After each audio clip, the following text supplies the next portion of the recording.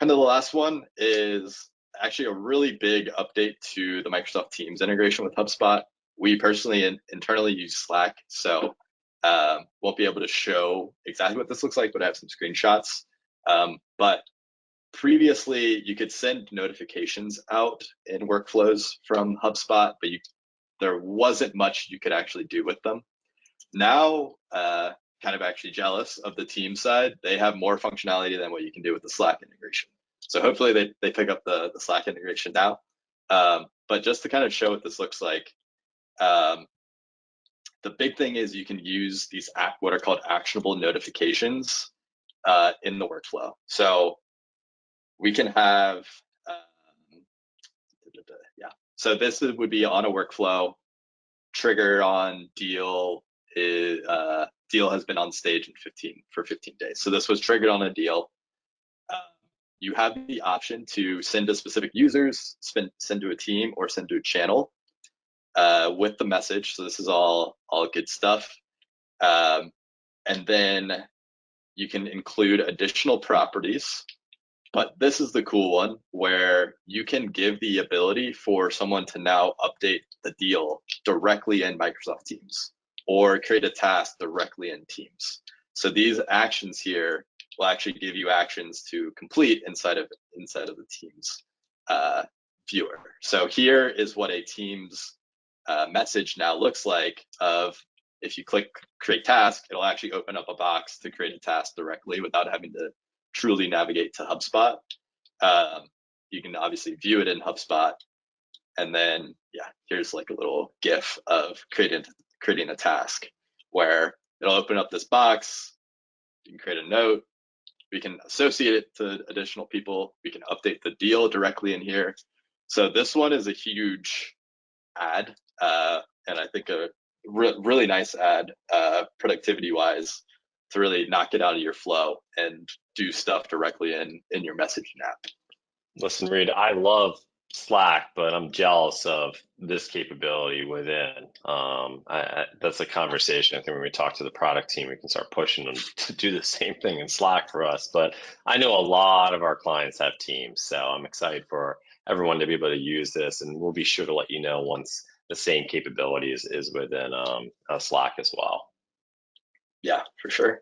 And I think that is the last one. Yeah. So Reed, thank you so much for walking us through some highlights. You know, that's huge, especially some of the custom events. I know sometimes these features and product updates come out and you're not really quite sure how to leverage and use them. Always feel free to ask us as well. Again, most of you are already familiar with OBO. If you're ever interested in utilizing some of these new features that we've gone over or don't have the in-house expertise to implement them, we're always here to help. Or reach out to your growth manager. Most of you on the webinar have obviously already worked with us, so thank you for your continued support. If you're new to OBO, you can check out part of our process here, where we go through with our clients discovery consulting, solution engineering, implementation training. We also provide ongoing governance and support. And again, feel free to reach out to your growth manager if you have any questions. You'd either like to connect with me or the business development team. And then really, I think at this point, if there's any questions, I didn't necessarily see anything come through. I did.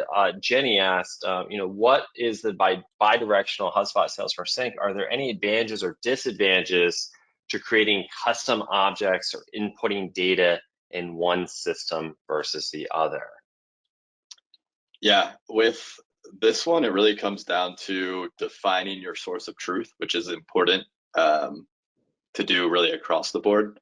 But where this can get tricky is if Salesforce users are making updates and creating the custom object records on the Salesforce side, and the HubSpot people are also doing this, but they don't really know what the crossover is.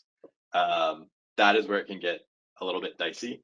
So it's definitely important to have really the plan and really think through the implications of this, because it does open you up to someone doing something in HubSpot, someone doing it in Salesforce. We're overwriting, we're creating duplicates. So really the planning portion of this and the solution engineering of this is our source of truth. let's get all the field mappings correct in terms of what overrides what, um, to decide on what to actually do there.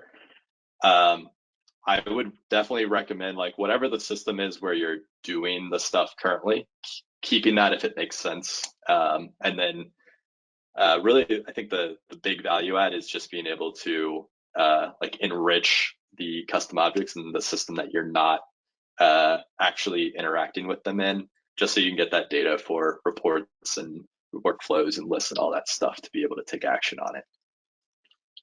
Awesome. Thank you. We really appreciate that explanation there. If you have any other questions, feel free to ask them now. We're always happy. And also, if you have any topics you'd like us to discuss in our next quarterly review of HubSpot new features and updates, feel free to go ahead and input them now or email them us too, or please email us. We're happy to talk through them. Again, please feel free to connect with us on LinkedIn. And then also we have a YouTube channel where Reed posts how-to videos for new HubSpot features, kind of like what he showed us today. So that you guys can go ahead and take a look at those videos. We're going to try and get more and more of this content out there. We're really oftentimes on the cutting edge of what you can do inside HubSpot for a lot of our engagements.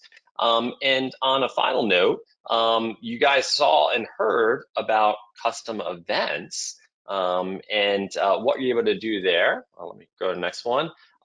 We have a awesome webinar coming out. So you saw the custom events, but how do we even get the data into the system in the first place?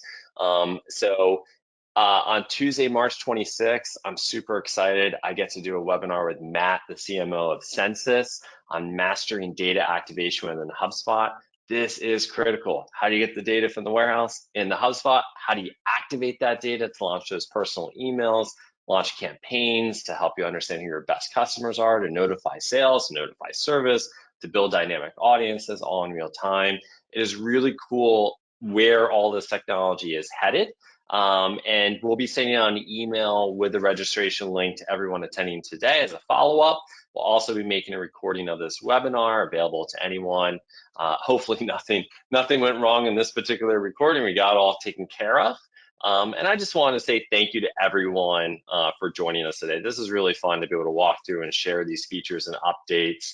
And really, thank you for attending. It's fun for us to do. Hopefully, you guys have enjoyed learning a little bit more about HubSpot today. And we hope to see you again next month. Take care, everyone.